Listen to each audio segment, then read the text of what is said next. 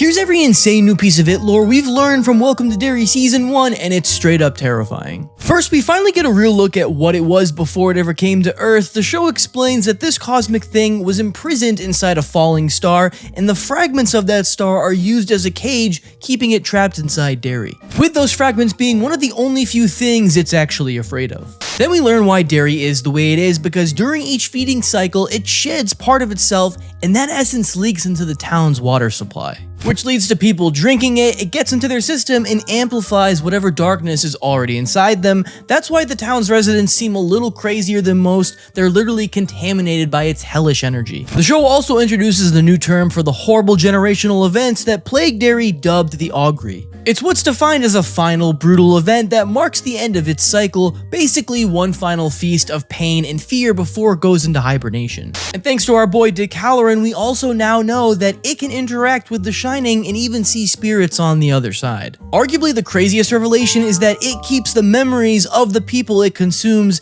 as we learn the man known as Bob Gray, the real Pennywise during 1908, was not only killed by the entity, but that it channels parts of his personality and mannerisms from then on. And when it finally sleeps, we see it shown to be surrounded by the remains of victims it consumed that cycle, looking like something out of a Lovecraftian nightmare, a nest made up of fear and death.